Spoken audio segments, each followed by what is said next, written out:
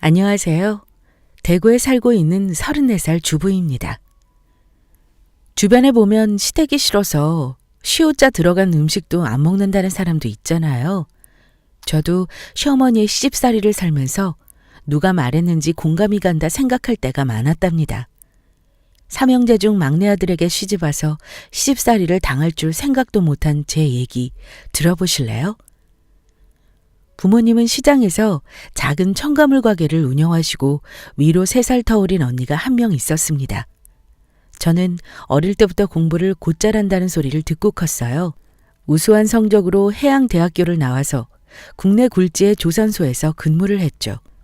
남자들이 많은 근무 환경에서 고강도의 업무를 소화하다 보니 건강도 많이 안 좋아지고 앞으로 계속 근무할 수 있을까 고민이 되더라고요. 그래서 입사 3년 차에 일을 그만두고 쉬게 되었어요. 언니는 공무원인 형부와 일찍 결혼해서 4살, 2살 조카 2명이 있었어요. 쉬는 동안 조카도 보러 갈 겸 언니 집에 자주 놀러 갔더랬죠. 그러면 매번 형부는 주변에 괜찮은 남자를 소개시켜 주겠다고 말을 했어요. 처제, 진짜 진국인 녀석이라니까. 내 친구라서가 아니라 사람이 좋아. 만나볼래? 형부 친구면 34살 아니에요? 저랑 7살 차이 나는데 너무 아저씨 아닌가? 내가 몇 번 본 적이 있는데 얼굴 동안이야. 지금 회사 그만두고 공무원 준비 중인데 자기 앞으로 아파트도 한 채 있고 건실하니 괜찮더라. 부담 갖지 말고 만나는 보라고. 형부에 이어 언니까지 지원 사격에 나서더라고요. 누군지 모르지만 언니와 형부가 저렇게 밀어주다니 만나는 봐야겠다 싶었죠. 소개받은 남자는 주류 관련 일반 회사를 다니다가 적성이 맞지 않아 9급 일반 행정직 시험을 준비 중이라고 했습니다. 저도 조선소를 다니다가 맞지 않아 공무원 시험을 생각했기 때문에 말이 잘 통하더라고요. 주연 씨는 말씀 들었던 것보다 훨씬 미인이시네요. 많이 놀랐어요. 민수 씨도 생각보다 유쾌하시고 좋은 분이네요. 형부랑 언니가 엄청 칭찬하던데요. 소개팅에 한 번도 성공해 본 적 없어서 기대도 안 하고 나갔는데 사람이 겸손하고 긍정적인 년이 매력적이었어요. 그 후 몇 번의 데이트를 더 해보고 우리는 사귀게 되었죠. 사귄 지 2년째 남자친구는 9급 행정직에 합격을 하고 동네 주민센터에 발령을 받았습니다. 저도 남편이랑 같이 공무원 시험을 준비했는데 안타깝게도 합격하지는 못했죠. 공무원 시험을 또 쳐야 할지 고민하고 있을 때 남자친구가 자기랑 결혼해서 시험 준비하라고 했어요. 옆에서 많이 도와주겠다고요. 제가 심적으로 많이 힘들 때 의지가 돼준 사람이 하는 말이라 믿음이 더 갔습니다.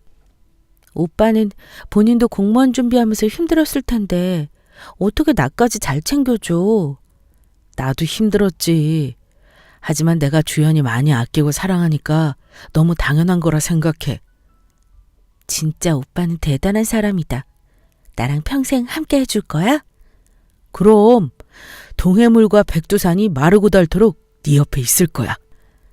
남편은 예전에 회사 일을 하면서 모아둔 돈과 청약으로 당첨된 아파트가 있었어요. 저도 일은 힘들었지만 월급을 많이 받아서 저축한 돈이 꽤 있었죠. 둘 다 검소한 편이라 친정시댁과 상의해서 딱 필요한 예물과 혼수만 하고 순조롭게 결혼 준비를 하고 있었습니다. 그런데 엉뚱한 곳에서 문제가 터지지 뭐예요? 남편은 3형제 중 막내로 홀어머니 밑에서 자랐어요. 사업하는 큰형님, 개인 택시를 하는 작은형님이 있었죠. 시어머니는 장남인 큰형님 집에서 모시고 있다고 했어요. 문제는 시어머니가 막내 아들인 저희 남편을 끔찍히도 예뻐해서 미혼일 때부터 결혼을 하려는 지금까지 함께 살고 싶어 한다는 거였죠. 결혼하기 전에 한마디도 없던 남편이 시어머니의 압박에 못 이겨 제게 상의를 해왔습니다. 오빠, 그게 무슨 말이야? 어머님을 우리가 모시는 게 어떻겠냐니? 엄마가 예전에 나랑 같이 살고 싶어 하셨는데 내가 공무원 공부한다고 못한 거였거든. 우리 결혼하면 같이 살고 싶다고 하셔서. 나는 살면서 장남도 아니고 막내 아들하고 같이 사는 시어머니 얘기를 들어본 적도 없어. 큰형님, 작은형님 두 분 다 멀쩡히 잘 계시는데 막내인 오빠가 왜 모셔? 엄마는 어릴 때부터 나를 제일 예뻐하셨거든. 나랑 살고 싶으시대. 난 결혼하면서부터 시어머니 모시고 못 살아. 처음부터 상의된 얘기도 아니고 난 오빠가 마지노릇 해야 하는 거면 결혼 다시 생각해 볼래. 우리 혼인신고 미루자. 큰형님 댁에서 서운하게 하거나 소홀히 모시는 것도 아니라는데 시어머니는 유독 우리 막내 아들 최고라고 하면서 저희 남편에게 집착했어요. 일부러 그런 건 아니지만 제게 마음의 준비도 없이 시어머니를 모시라니요. 첫 소개 인사를 하러 갔던 날이 떠올랐어요. 안녕하세요. 신주연입니다. 큰형님 내외 두 분이 다 인상이 좋으시고 제가 긴장하니까 배려를 많이 해주셨어요. 그런데 시어머니는 탐탁치 않은 표정이시더라고요. 아가씨는 요새 공무원 시험 준비한다면서? 우리 아들이랑 같이 시험 준비했다면서 아직 합격 못한 거야? 네, 어머니. 아니, 누구 보고 어머님이라는 거야? 아직 결혼 허락도 안 했는데? 어머니, 엄마! 모두가 시어머니의 말에 놀라 말렸더랬죠. 첫 인사에서 느낀 시어머니의 성정이 떠올라 저도 모르게 몸이 부르르 떨렸어요. 주연아, 다시 한번 생각해봐. 우리 아파트 평수 작은 곳도 아닌데 엄마랑 사는 거 생각해보자. 결혼하면 우리 식구 되는 거니까 잘해주실 거야. 아니, 난 처음부터 아닌 건 아니라고 말해야 된다고 생각해. 우리끼리 살던지 아니면 오빠가 날 포기하고 어머니 모시고 살던지 해. 제가 간교한 태도로 안 된다고 결혼 못한다고 했더니 남편은 시어머니를 설득했나 보더군요. 결국 우리는 무사히 결혼을 했고 단둘만의 신혼생활을 시작했어요. 하지만 결혼 전 합가를 반대했던 저는 시어머니에게 미운 털이 단단히 박혔습니다. 시어머니는 원래 행사처럼 신혼집에 오셔서 저에게 심통을 부리시더라고요. 처음에는 시어머니가 하는 말씀이나 행동이 제가 못마땅해서 꼬투리 잡는 건지도 몰랐어요. 저희 집에 오시면 음식 간이 이게 뭐냐, 빨래는 삶아 빨아야지 이렇게 하면 깨끗하지 않다 등등 살림에 대해 많이 간섭하시길래 제가 살림 초보라서 시어머니 눈에 어설픈가 보다 했죠. 그런데 결혼하고 첫 명절에 큰형님 댁에 모여 음식 장만을 하면서 그게 시집살이의 시작이라는 것을 알게 되었어요. 막내 동서, 어머니가 뭐라 해도 너무 섭섭해하지 말어. 네? 어머님이요? 그랴. 어머님이 막내 동서가 합가 반대했다는 거 듣고 더 그러는겨. 요새 아가씨들 누가 시집살이 하려고 해요. 큰형님하고 저희 세대하고 같나요? 처음 시집 와서 작은 동서랑 나도 시집살이 다 겪었어. 시어머니라는 게 다 그런데 우리 어머니가 좀 유별나긴 하지. 시댁에서 보내는 첫 명절에 동서끼리 모여서 이런저런 얘기를 하다가 큰형님과 작은형님이 저에게 해준 말이었어요. 제가 둔한 건지 크게 스트레스를 받지 않다가 생각해보니 시어머니의 말들이 예사롭지 않았다는 걸 알게 됐지요. 띠동갑이 넘는 나이 차이가 나서인지 큰형님과 작은형님은 저에게 많이 배려해 주셨어요. 특히 시어머니를 대할 때 조심할 점이나 시댁 행사에 대해 많은 것을 알려주셨죠. 그 뒤로 시어머니가 신혼집에 올 때마다 참고해서 더 조심했어요. 굳이 가끔 보는 시어머니 심기를 건드리고 싶지 않았고 무엇보다 남편과는 관계가 좋았기 때문에 제가 좀 참으면 된다고 생각했어요. 친정 부모님께는 속상하실까봐 애초에 말도 못하고 친언니에게 시어머니와의 관계나 궁금한 점을 많이 물었답니다. 언니는 아무리 시대가 변했어도 시집가서 귀머거리 3년, 벙어리 3년, 장님 3년이라는 시집살이에 관한 말은 틀리지 않은 진리라고 얘기해 주더군요. 남편의 어머니도 나의 부모와 같다 생각하고 마음을 넓게 가지라고요. 그러다 결혼 2년째 저희 부부에게 천사가 찾아왔습니다. 첫 아이를 임신하게 된 거였죠. 주변에서 축하 메시지를 많이 받았고 특히 남편은 세상을 가진 것처럼 좋아하더군요. 사실 남편은 주민센터 직원으로 근무하면서 육체적으로 정신적으로 스트레스를 많이 받아 했어요. 제가 결혼하고 남편과 같은 직렬 시험을 보려고 하자 힘들다고 말리더라고요. 단순하게 동사무소에서 서류 발급을 하거나 민원 처리 정도의 업무를 생각했는데 우리가 모르는 일들을 많이 하더군요. 평일에는 저녁 회의 후 뒤풀이, 주말에는 야유회 아니면 지자체 행사에 동원되고 눈비 태풍이 오면 자다가도 출근을 해야 될 때도 많고요. 정시 출근 퇴근을 꿈꾸는 건 불가능했어요. 이제 막 5년 차에 접어들어서 적응을 하기는 했지만 생각보다 다른 업무들에 뺏기는 시간이 많았죠. 우리 아들이 태어난다는 게 믿겨? 나 요새 진짜 살맛 난다. 이제 없던 삶에 원동력이 생기는 기분이랄까? 다행이다. 오빠가 항상 피곤하게 업무하면서 힘들어하는 거 마음 아팠는데 우리 대박이가 힘이 됐네? 태명을 대박이로 짓고 출산 준비로 바쁜 나날들이었죠. 아무래도 친정이 편하니까 엄마랑 언니에게 도움을 많이 받았어요. 여보세요? 큰형님 잘 지내시죠? 저도 이제 6개월 되니까 배도 많이 불러오고 그러네요. 다행히 입덧이 심하지 않아서 괜찮은 것 같아요. 애가 순한가 보다. 뱃속에서도 효자네. 다름이 아니라 어머님이 내일 막내 동선에 가신다고 하는데 집에 있지? 네, 저 집에 있어요. 오후에 오신다고요? 알겠어요. 그런데 어머님이 좀 서운해하는 눈치네. 출산 준비하는데 자기한테 전화 한 통이 없냐고. 나이 있으신 분들은 은근 자식들 전화 기다리시거든. 가끔 전화는 해드리라고. 저 딴에는 안부 전화 자주 드렸는데 부족했나 봐요.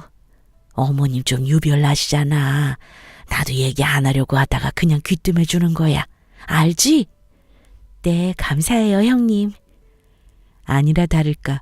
다음 날 시어머니는 집에 오시더니 출산 준비를 하면서 왜 나한테 궁금한 걸 물어보지를 않냐. 내 손주 낳는데 내가 산후조리 도와주러 한동안 머물러야겠다 하시더라고요. 저는 이미 친정에서 산후조리를 하기로 말을 끝낸 상태라서 괜찮을 것 같다 말씀드렸죠. 그랬더니 얼마나 노발대발 하시던지 너는 시댁을 뭘로 보고 상의도 없이 친정에 간다는 거냐고 혼이 났습니다. 그러자 속이 뒤집히면서 안 하던 구역질이 나더라고요. 남편은 시어머니에게 언성 높이지 말라고 이러실 거면 형님네로 돌아가라고 단호하게 말했어요. 삐진 시어머니는 말도 안 하고 가시더니 제가 출산할 때까지 연락도 안 받고 오지도 않으셨어요. 손사느라고 한동안 친정에서 산후조리를 했습니다. 3.3kg의 건강하게 태어난 아들은 어찌나 순한지 잘 먹고 잘 자고 잘 웃는 아이였어요. 아이 얼굴을 보고 있으면 시간 가는 줄도 모르게 되더라고요. 신혼집이랑 친정이 많이 멀지 않아서 남편은 퇴근 후에 저와 아이를 보러 왔어요. 아이가 깰 때마다 부모님 걱정이 됐지만 언니랑 부모님이 많이 도와주셔서 저도 편하게 지냈습니다. 3개월 정도 친정에 있다가 집으로 돌아갔어요. 남편 휴일에 맞춰 아이와 물품을 옮기기로 했죠. 아이를 안고 집으로 들어가는데 집안에서 인기척이 들렸어요. 처음에는 잘못 들은 줄 알고 무시했죠. 그러다 안방문을 여는데 기함할 뻔했어요. 안방 침대에 누군가가 누워있는 게 아니겠어요? 잠든 아이가 놀라서 깰까봐 조심히 확인해보니 시어머니였어요. 이게 무슨 일인가 싶어서 아이 방에 아이를 눕혀두고 남편을 급히 찾았어요. 오빠, 우리 안방에 어머님이 계셔. 이게 무슨 일이야? 엄마 와 계셔? 나한테 연락 없이 와 계셨나 보네. 사실 당신 산후조리하고 있을 때 나 혼자 집에 있다고 밥도 해주시고 빨래도 해주시러 오셨었어. 그럼 나한테 얘기를 해야지. 깜짝 놀랐잖아. 그런데 오늘은 왜 오신 거야? 여보, 당신한테 말할 게 있어. 사실 큰형 사업이 너무 안 좋은 상황이라서 큰형수도 친정에 가 있고 큰형도 여기저기 문제 막으려고 뛰어다니나 봐. 큰형네 안정될 때까지 우리가 모시고 있으면 안 될까? 형님네가? 사업 안정될 때까지라는 건 확실한 기간을 기약할 수 없다는 거 아니야? 작은 형님네는 안 되신데? 작은 형네는 너무 멀고 작은 형서가 맞벌이 하니까 엄마랑도 사이가 썩 좋지도 않고. 나한테 미리 언급이라도 해주지 그랬어. 너무 당황스럽잖아. 미안해. 당신 어머니 모시는 거 싫어하니까 말하기 어렵더라. 큰형이 오죽 힘들었으면 내 앞에서 울기까지 했겠어. 이번만 부탁할게. 자기야, 우리 태영이 키우는데 자기 혼자 고생하는 것보다 엄마가 같이 봐주면 좋기도 하고. 그래도 큰형네 집도 담보로 돼 있어서 어떻게 될지 모른대. 진짜? 어떡하니? 평소에 저를 많이 챙겨주신 큰형님네가 어렵다는 소식을 들으니 편치 않았어요. 사업이 어렵다는 얘기는 종종 들었지만 몇 개월 사이 상황이 급박하게 안 좋아졌나 보더라고요. 결국 오갈 때가 애매한 시어머니를 한동안 저희가 모시기로 했습니다. 우리 손주 어쩜 이렇게도 빵긋빵긋 잘 웃을까요? 네 집 손주인지 얼굴에 광이 나네. 시어머니는 손주 사랑에 푹 빠져서 육아에 열성적이었습니다. 제가 하는 일에 꼬투리를 잡으실까 봐 긴장을 했는데 생각보다 별일이 없어서 안심하고 있었죠. 시어머니가 오신 지 일주일째. 제게 아직도 삐지신 건지 말도 잘 걸지 않던 시어머니가 저를 불렀습니다. 아직 젊어서 그런지 출산하고 회복이 빨라 보이는구나. 친정에서 잘해주셔서 다행히 괜찮더라고요. 난 침대 아니면 잠을 못 잔다.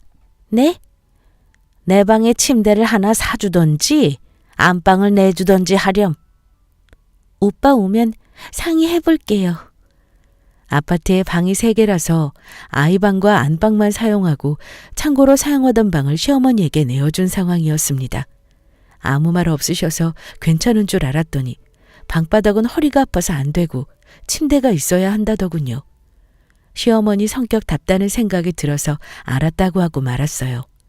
남편이랑 얘기를 해서 안방을 내어드리기엔 우리 짐을 옮기고 하는 게 번거롭고 새 침대를 사드리기로 했죠. 그걸로 끝이 아니었어요. 산후조리도 끝났으니까 밥 차려오너라. 네? 너는 어떻게 시어머니 밥 한 번 차려줄 생각을 안 하니? 너같이 편하게 시집살이 하는 사람이 어딨어?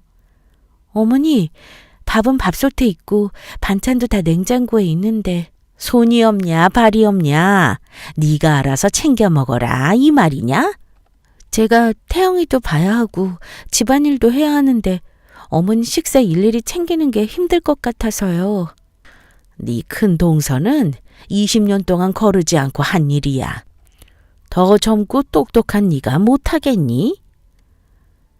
큰형님은 더한 것도 했다는 말에 그저 밥상을 차렸습니다. 반찬이 이게 뭐야? 제철 음식이 몸에 좋다는 말 몰라? 두루 가져가라. 밥맛이 떨어져서 원. 대놓고 시집살이를 시키는 시어머니를 보고 뒷골이 땡기는 느낌이었어요. 큰형님네 사업이 안정될 때까지라지만 그게 언제일지도 모르겠고 앞으로 육아에 시집살이에 시달릴 일이 구말리 같았죠. 제가 남편한테 시어머니 때문에 힘들다고 말을 해도 남편 앞에서는 아무 일도 없는 척 잘하는 척하고 저하고 있을 때만 괴롭혀서 어떻게 할 수도 없었어요. 남편은 일 때문에 바쁘고 본 적이 없으니까 저한테 너 좀 참아라 라는 말만 되풀이하고요. 몇 달을 시어머니에게 시달리면서 한계가 올 무렵 미국으로 이민 갔던 친한 친구가 한국에 잠깐 들어오게 됐어요. 친구는 부모님도 미국에 있어서 한국에 연고가 없는 참이었죠. 일 때문에 일주일 정도 한국에 있을 예정이라기에 숙소를 잡고 하느니 우리 집에서 잠깐 머물기로 했어요. 시어머니에게도 친구가 잠시 같이 있을 거라고 했더니 집에 외부 사람 함부로 들이는 거 아니라고 엄청 싫어하더라고요. 남편도 난감해하기는 했는데 제게 둘도 없는 절친한 친구이고 당신 어머니도 집에 있지 않냐. 나도 내 친구 오게 할 거다 하고 단호하게 말해버렸어요. 아이를 어차피 안방에 같이 데리고 자서 아이방이 친구 짐을 풀기로 했습니다. 은미야, 이게 얼마만이야. 나 결혼식 때 보고 못 봤으니까 2년 좀 넘었다. 그치? 우리 신주연 안본새 진짜 어른이 됐네? 친구들 중에 제일 먼저 아이 낳고 이상가족을 상봉한 것 같이 서로 얼싸안고 얼마나 웃었는지 모릅니다. 절친인 은미는 독특한 매력을 지닌 친구였어요. 고등학교 2학년 때 동유럽인 체코에서 전학을 온 친구였는데 집시나 히피 문화를 동경해서 패션, 아로마, 타로 등 이국적이고 신비로운 것에 빠져 있었죠. 당시 쉬는 시간이면 타로를 들고 와서 아이들 운세를 봐주곤 했어요. 너 옷 입는 거 보니까 아직도 여전하다. 아직도 집시 문화 이런 데 관심이 많구나? 아무래도 체코에서 자란 영향이 크지. 지금 디자인 작업하는 것도 그런 풍이고. 친구는 텍스타일이라고 하는 직물 디자인을 전공해서 집시스럽고 이국적인 작품으로 업계에서 인정받고 있다고 했어요. 여보, 어머니, 여기는 제 친구 최은미예요. 안녕하세요. 잠시 신세 좀 지겠습니다. 어서 오세요. 주연이 남편입니다. 결혼식도 뵙고 오랜만이네요. 남편은 살갑게 환영을 해주는 반면 시어머니는 뭐가 못마땅한지 뚱하게 말도 안 하고 친구를 보기만 하더라고요. 제가 오히려 민망해서 친구에게 시차 적응하면서 쉬라고 했어요. 그날 저녁 남편과 시어머니, 친구와 저 이렇게 4명이서 식사를 하고 이런저런 얘기를 나누고 있었죠. 너 아직도 타로 보니? 제 친구지만 좀 재주가 많아요. 내가 왕년에 타로 마스터였지. 자기 집에서 타로를 찾아온 친구는 대뜸 남편에게 타로를 봐주겠다고 했어요. 남편도 급 관심이 생겼는지 자리를 잡았고 친구는 타로 리딩을 해줬어요. 지금 일하는 직장에 여자분이 보이네요. 나이 많은데 미혼인 노처녀요. 헐, 대박. 있어요. 50대인데 아직 시집 안 간 팀장님이요. 그분이 오빠 많이 괴롭히죠? 헐, 어떻게 알았어요? 완전 상전이에요. 잔소리 엄청나고. 그 여자분 곧 인사이동 있어요. 오빠 앞에서 사라질 거예요. 네? 갑자기요? 우리 쪽은 웬만해선 이동이 없는데. 이분 가고 나면 오빠 일도 잘 풀리고 승진할 거예요. 앞을 가로막고 있었네. 진짜? 생각만 해도 알터니가 빠진 느낌이네. 타로 잘 보신다. 친구는 요리한 말발로 남편을 들었다 놨다 하며 좌중을 압도했죠. 남편은 생각보다 인상 깊었는지 잠자리에 들기 전까지 친구의 타로 얘기를 했어요. 내가 당신한테 노처녀 팀장님 얘기를 했던가? 응? 아니, 그냥 주변 동료들이나 직속 상사 정도? 그치. 나하고 그렇게 자주 부딪히는 사람도 아니라서 얘기 안 했을 텐데. 그 여자가 오빠 많이 괴롭혔어? 그냥 가끔 일할 때 좀 무시하고 하긴 했어. 남자한테 유난히 히스테릭한 분이야. 은미는 여전하네. 고등학교 때 귀신도 보고 신기 있다는 소문도 있었거든. 에? 귀신? 신기? 무당 같은 거 말이야? 할머니가 아주 유명한 무당이었다고 했던 것 같아. 그런데 아닐 거야. 소문은 부풀려지기 마련이고 내가 10몇 년을 봤는데 그런 거 없었어. 친구는 디자인 업체와 일을 하다가 2주 정도 업무를 더 하고 미국을 가야 할 것 같다고 했어요. 처음에는 어색해하던 남편도 일주일 정도 같이 생활을 하더니 친구의 광편이 돼서는 집에 얼마든지 더 머물다 가라고 할 정도였죠. 그 배경은 친구의 타로가 컸어요. 진짜 은미 씨 대박이다. 그 노처녀 팀장님 다른 주민센터 동장으로 가셨어. 인사이동 아무도 몰랐었대. 대박이다 진짜. 정말? 너무 신기하다. 우리 말한 지 일주일밖에 안 됐는데 진짜 가셨어? 이거 이러면 나 승급한다는 것도 맞는 거 아니야? 기대되는데? 뭐 가끔 맞춰요. 내가 좀 그래요. 타로 내용이 맞았다는 얘기에 시어머니도 눈이 동그랗게 커져서는 친구를 다시 보더라고요. 혹시 실례되는 얘기인 줄 알지만 신기가 있다거나 귀신을 보신다거나 그런 거 아니에요? 오빠, 무슨 그런 얘기를 해. 진짜 푼수야, 푼수. 남편이 궁금한지 저와 나눴던 얘기를 주책맞게 친구한테 대놓고 물어보는 게 아니겠어요? 친구는 나두라면서 유쾌하게 말해줬어요. 맞아요. 저 가끔 귀신도 봐요. 할머니가 무당이셨던 것도 맞고요. 소문으로만 들었지 친구한테 진짜라는 얘기를 들으니 저도 놀랐어요. 시어머니랑 남편도 덩달아 놀라더군요. 남편은 너무 신기했는지 이것저것 물어본다고 정신이 없어 보였어요. 친구가 함께 생활한 지 열흘 정도 됐을 때 시어머니가 웬일로 조용하다 싶었는데 또 반찬 투정을 하고 자기 빨래를 두고 난리를 부렸어요. 아니 너는 시집 온 지가 언젠데 아직도 빨래 하나 반찬 하나 제대로 못하니? 죄송해요 어머니. 니트 하얀색인 거 따로 빼놓는다는 걸 깜빡하고 다른 빨래랑 같이 돌려버렸네요. 그리고 시금치 나물은 얼마나 오래데친 거야? 식감이 다 죽었잖아. 너는 요리하면서 맛도 안 보니? 기본이 안 됐어. 기본이. 다음부터 더 신경 쓸게요. 우리 아들보다 부족하면 노력이라도 해야 하는 거 아니니? 제대로 할 줄 아는 게 뭐니? 내가 옆에 없었으면 우리 아들이랑 손주는 평생 이런 음식 먹고 이런 환경에서 살 뻔했잖아. 한번 잔소리를 시작하면 자신 마음에 찰 때까지 하는 시어머니였죠. 뒤에서 조용히 저와 시어머니를 지켜보던 친구는 시어머니가 없을 때 물어보더군요. 너 시집살이 장난 아니다.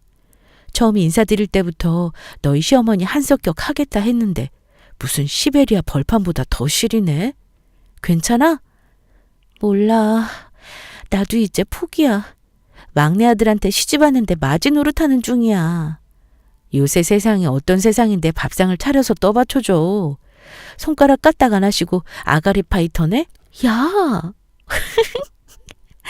너 때문에 웃는다. 고마워. 말이 나온 김에 현재 큰형님네 상황, 시어머니를 모신 지 얼마 안 된 이야기 등 친구에게 터놓고 이야기했습니다. 아이 낳고 몸도 아직 안 좋은데 고생했네. 어쩔 수 없지 뭐. 우리 남편을 너무 좋아하셔. 거기서부터 비극이야. 다른 형님들도 돌아가면서 시집살이 당했다니까 나도 그러려니 하고 있어. 그래도 남편은 좋은 사람이니까 견디는 중. 나는 시집 못 가겠다. 워낙 자유로운 영혼이라서. 그래도 내 편인 친구가 마음을 헤아려 주니 힘들었던 마음이 진정이 되더라고요. 매번 너는 잘하는 게 하나도 없다. 우리 아들이 아깝다 등 시어머니의 말을 반복해서 듣다 보면 사람들이 말하는 산후 우울증이 생겨나는 기분이었어요. 자존감도 계속 낮아지는 느낌이고요. 제가 시달리는 상황을 보더니 친구는 괜찮다고 저를 꼭 안아주더군요. 친구 앞에서 부끄럽기도 하고 후련하기도 한 마음이었습니다. 아이 예방접종을 위해 잠시 외출을 해야 하는 날이었어요. 시어머니만 집에 있게 되었죠. 나간 김에 친정엄마랑 언니랑 식사 약속도 잡고 편히 놀다 와야겠다 싶어 저녁 먹고 온다고 남편과 친구에게도 미리 언급을 했었더랬죠. 아주머니, 아이고 놀래라. 오늘 다들 늦게 온다고 했는데 친구는 빨리 들어왔네. 네, 생각보다 일이 일찍 끝나서요. 주연이는 늦게 온다면서요? 오늘은 혼자 밥 차려 드셨겠네요? 아이, 뭐 그렇지. 아주머니, 혹시 남편분 타지에서 돌아가셨어요? 응? 그게 무슨 말인지 객사했네. 아줌마 옆에 왔다 갔다 하네. 배고프다는데? 천도제 안 지내줬어요? 다 큰 처녀가 못하는 말이 없어. 남의 집 얘기 이렇게 함부로 막 해도 돼요? 눈에 보이는 걸 어떻게 해요? 보이는 대로 말하는 건데요? 내 앞에서 그런 얘기 하지 말아요. 간만에 집안일에서 해방되어 즐겁게 보내다 왔어요. 초저녁이 돼서 집에 들어오니 남편은 아직 퇴근 전이고 친구와 시어머니만 있었어요. 그런데 친구는 즐거운 얼굴이고 시어머니는 죽상이더군요. 시어머니는 저를 보자마자 자기 방으로 불렀어요. 아가, 네 친구는 언제 미국 가니? 은미요? 열흘 정도 있으면 갈 거예요. 왜요? 무슨 일 있으셨어요? 아니다. 열흘 있으면 가는 거지? 진짜지?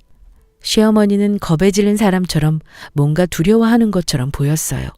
그날 이후 시어머니는 제가 어디 외출을 한다거나 잠시 자리를 비우는 걸 극도로 싫어하더군요. 집안에서도 제가 안 보이면 엄청 찾아다니고요. 그때는 그냥 이상하다 정도로만 생각했어요. 평소와 같은 저녁 시간을 보내고 TV를 보며 과일을 먹고 있었죠. 남편은 대뜸 생각이 났는지 친구에게 타로를 봐달라고 했어요. 주변에 애인 때문에 속 썩는 친구가 있다면서요. 그랬더니 시어머니가 대뜸 이런 미신 따위를 왜 믿냐면서 화를 버럭 내는 게 아니겠어요? 남편도 저도 모두 벙찐 상태로 시어머니를 바라봤습니다. 친구도 내가 뭘 알겠냐면서 손사래를 치고요. 시어머니는 신경질을 내며 자기 방으로 들어갔어요. 저와 남편은 친구에게 미안하다고 어머니가 좀 예민하신 모양이다 하고 사과했죠. 며칠 뒤 친정아버지 생신날이라서 남편과 저 아들은 친정을 다녀오기로 했어요.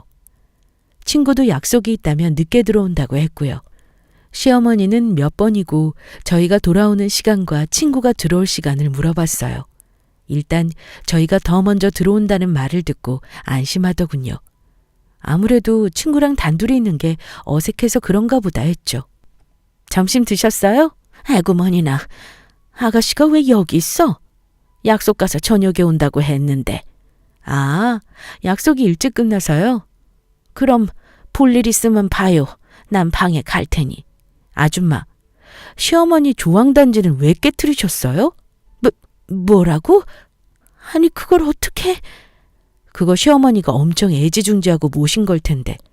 시어머니 돌아가셨다고 거기에 화풀이 하시면 어떡해요. 시집살이 당했다고 며느리들한테도 시집살이 시키고. 네가 뭘 안다고 나한테 이런 말을 해? 비켜! 난 안 들을 거야. 시어머니 화나면 보통분 아니신데 이렇게 조상을 화나게 하면 어떡해요? 저리 가! 나한테 그런 말 하지 마. 난 하나도 안 믿어. 전생에 지은 죄도 많은 사람이 현생에도 똑같이 죄를 짓고 있네?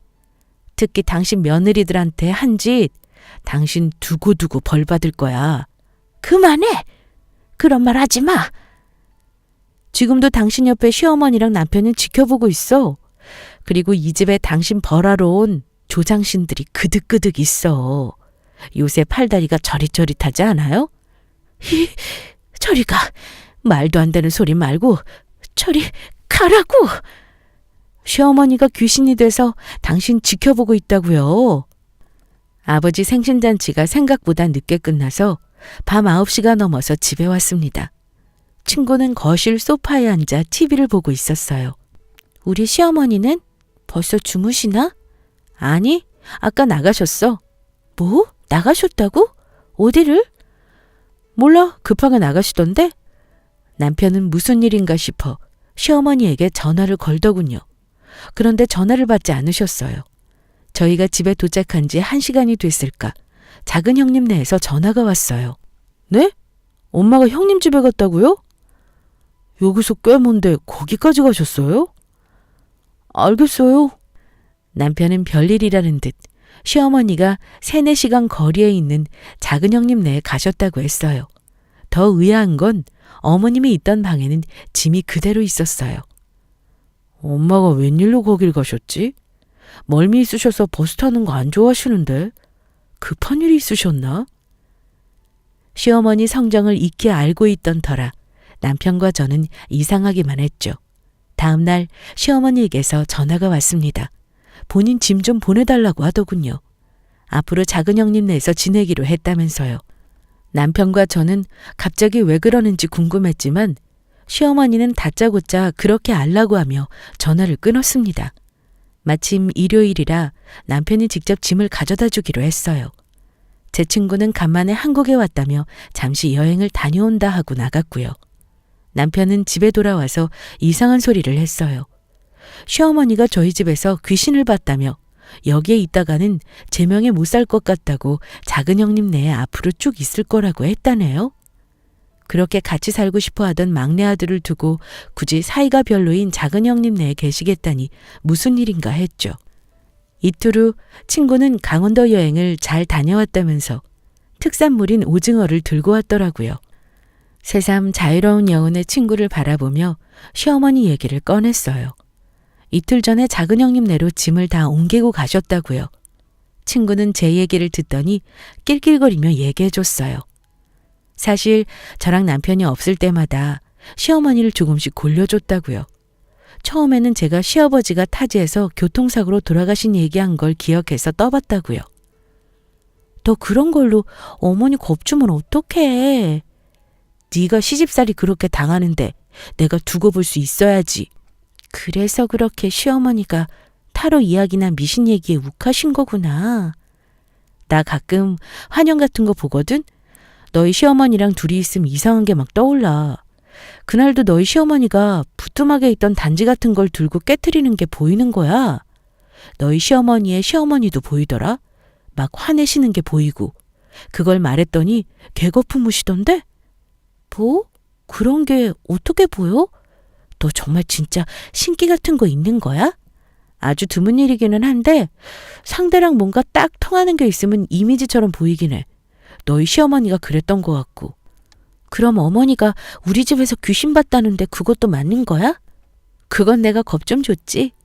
너희 시어머니 베란다 창문에 그림자 어른거리게 뭘 좀 달아놨더니 아주 혼비백산을. 음미야, 아무리 그래도 너?